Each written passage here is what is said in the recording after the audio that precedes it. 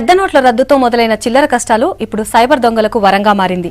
ఇప్పటికే ఆన్లైన్లో లక్షలు కొట్టేస్తున్న సైబర్ కేటుగాళ్లు ఇప్పుడు కరెన్సీ కష్టాల్లో ఉన్న కామన్ మెన్ ఖాతాలని టార్గెట్ చేశారు. కార్డ్ బ్లాక్ అయిందని, లేదంటే క్రెడిట్ లిమిట్ పెంచుతామనో, అదీ కాకపోతే రివార్డ్ పాయింట్లు క్యాష్గా మారుస్తామని చెప్పి జనాలకి టోకరా వేసి అకౌంట్లలో అమౌంట్ని కాజేస్తున్నారు సైబర్ నేరగాళ్లు.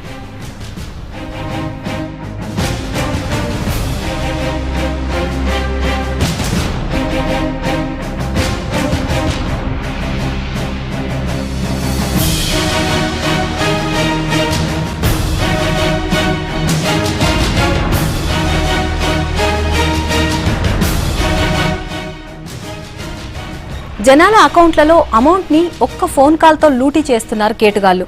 కార్డులని క్లోనింగ్ చేసి అకౌంట్లని ఖాళీ చేస్తున్నారు. ఈమెయిల్స్ హ్యాకింగ్, జాబ్ ఫ్రాడ్స్ తో పాటు ఆన్లైన్లో బ్యాంక్ అకౌంట్లలో పైసలు ఊడ్చేస్తున్నారు.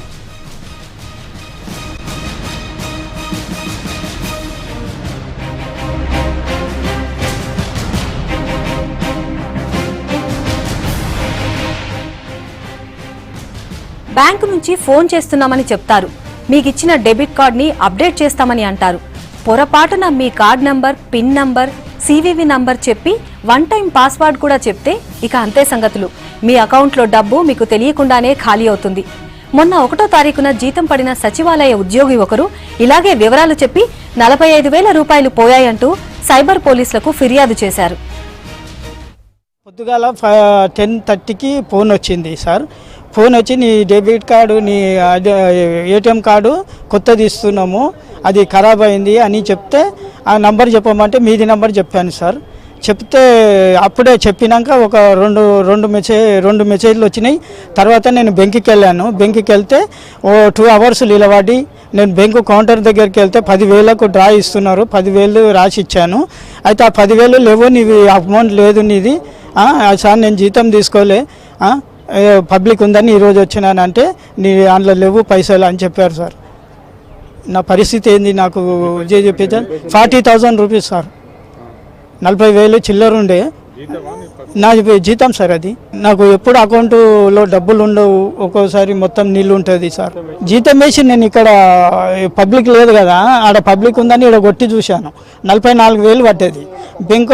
బ్యాంకులో లోన్ తీసుకున్నాను సార్. బ్యాంకు లోను 13,000 కట్ అవుతుంది సార్. అది కట్ చేసుకున్నారో ఏమో తెలియదు, మాకు మెసేజ్ కూడా రాలే. కట్ చేసుకున్నారు. అంతకుముందు ఉండే డబ్బులు నేను మొన్ననే లాస్ట్ మంత్ 8కు 11కు అమ్మాయి పెళ్లి చేసిన సార్. నేను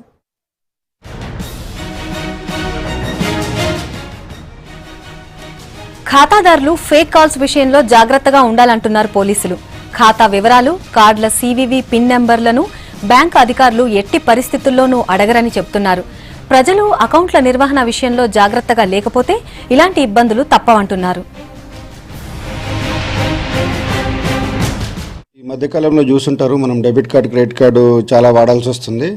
సో మీరు చాలా ప్రికాషన్స్ తీసుకోవాలా. చాలా ఇంపార్టెంట్గా గుర్తుంచుకోవాలి ఏంటంటే, బ్యాంక్ మీకు ఎప్పుడు కాల్ చేయదు. మీ పర్టికులర్స్, మీ డీటెయిల్స్ ఇవ్వండి, మీ పిన్ నెంబర్ ఇవ్వండి, బ్యాంక్ ఎప్పుడు కాల్ చేయదు. బ్యాంకే కాదు, ఏ ఆర్గనైజేషన్ కూడా మీకు కాల్ చేయకూడదు, చెయ్యరు కూడా. చేస్తే మాత్రం మీరు ఎట్టి పరిస్థితుల్లో కూడా మీ పర్సనల్ డీటెయిల్స్ ఇవ్వద్దు, మీ పిన్ నెంబర్ ఇవ్వద్దు. చాలా ఇంపార్టెంట్. ఎప్పుడైతే మీరు పిన్ నెంబర్ ఇస్తారో ఆటోమేటిక్ మీ దగ్గర నుంచి మీ అకౌంట్ నుంచి అమౌంట్ పోయే అవకాశం చాలా ఉంటుంది. ఈవినింగ్ వరకు మీ కార్డు క్లోజ్ అయిపోతుంది, బ్లాక్ అయిపోతుంది. లేదు అంటే మీ పర్సనల్ డీటెయిల్స్ ఇవ్వండి, ఆధార్ కార్డు లింక్ చేయాలి ఏంటి అంటే మాత్రం ఎత్తిపై మీరు నమ్మద్దు. వాళ్ళకి ఏదో కాల్ ఇమీడియట్గా బ్లాక్ చేయండి. బ్లాక్ చేయడమే కాకుండా ఆ నంబర్ మాకు SMS చేయండి, వాట్సాప్ చేయండి, మేము వెరిఫై చేస్తాం అది జెన్యూనా కాదా అని. 100% ఫాల్స్ ఉంటాయి. బట్ మాకు ఆ నంబర్ ఇస్తే మాకు వాళ్ళని పట్టుకునే అవకాశం కూడా మాకు చాలా ఉంటుంది. సో మీ పిన్ నెంబర్ అడుగుతారు. సో మనం ఏం చేస్తాం, భయపడిపోయారు, కార్డ్ బ్లాక్ అయిపోతే వచ్చిన అమౌంట్ కూడా మనం డ్రా చేయలేం. కాబట్టి మనం భయానికి మనం ఆ పిన్ నెంబర్ ఇచ్చేస్తాం. ఎప్పుడైతే మనం ఆ పిన్ నెంబర్ ఇస్తామో వాడు ఇమీడియట్గా మన అమౌంట్ డ్రా చేసేసుకునే అవకాశం ఉంటుంది. So kindly don't write your pin on any number. అలాగే మీ కార్డ్ మీద కూడా వెనకాల సైన్ చేసే ప్లేస్ ఉంటుంది, అక్కడ కూడా సైన్ చేయండి. కార్డ్ మీద వెనకాల సివివి నంబర్ ఉంటుంది, ఆ నంబర్ కూడా మీరు మెమరైజ్ చేసుకోండి, లేకుంటే ఇంకెక్కడ రాసి పెట్టుకోండి, సేవ్ చేసుకోండి. సివివి నంబర్ చెప్పేసినా కూడా మనకు అమౌంట్ ఆన్లైన్లో వెళ్ళిపోయే అవకాశం ఉంటుంది. ఎక్కడైతే రెగ్యులర్గా మీరు ఏటీఎం బూత్కి వెళ్తుంటారో ఆ బూత్కి మ్యాక్సిమం వెళ్ళడానికి ట్రై చేయండి. ఎందుకంటే ఏమవుతుందంటే అక్కడ ఎవరైనా క్లోనింగ్కి, స్కిమ్మింగ్ అంటే వేరే ఇన్స్ట్రుమెంట్ పెట్టి మీ పిన్ నెంబర్ తీసుకునే అవకాశం ఉంటుంది. ఇంకోటి ఏంటంటే డిమ్లీ లిట్, లైట్ లేదు, ఏమీ లేదు, అట్లాంటి దగ్గర కూడా మీరు అట్లాంటి దాంట్లో వెళ్ళకండి. వీడియో కెమెరా ఉందా లేదా చూడండి, సీసీ కెమెరా ఉందా లేదా చూడండి. అమౌంట్ తీసేసినాక ఏదైతే స్లిప్ వస్తుందో మనం దాన్ని మడతేసి అక్కడే పడేస్తాం. అది చేయకండి. దాన్ని మొత్తం కంప్లీట్గా డ్యామేజ్ చేసేసి బయట ఎక్కడానికి పడేయండి. దాంట్లో కూడా మీ డాటా ఉంటుంది, మీ కార్డ్ ఇన్ఫర్మేషన్ ఉంటుంది కాబట్టి ఆ స్లిప్ కూడా అక్కడ పడేయకండి. దాన్ని పాకెట్లో పెట్టుకోండి, బయటికి ఎక్కడైనా ముక్కలు చేసి బయటికి ఎక్కడ పడేయండి.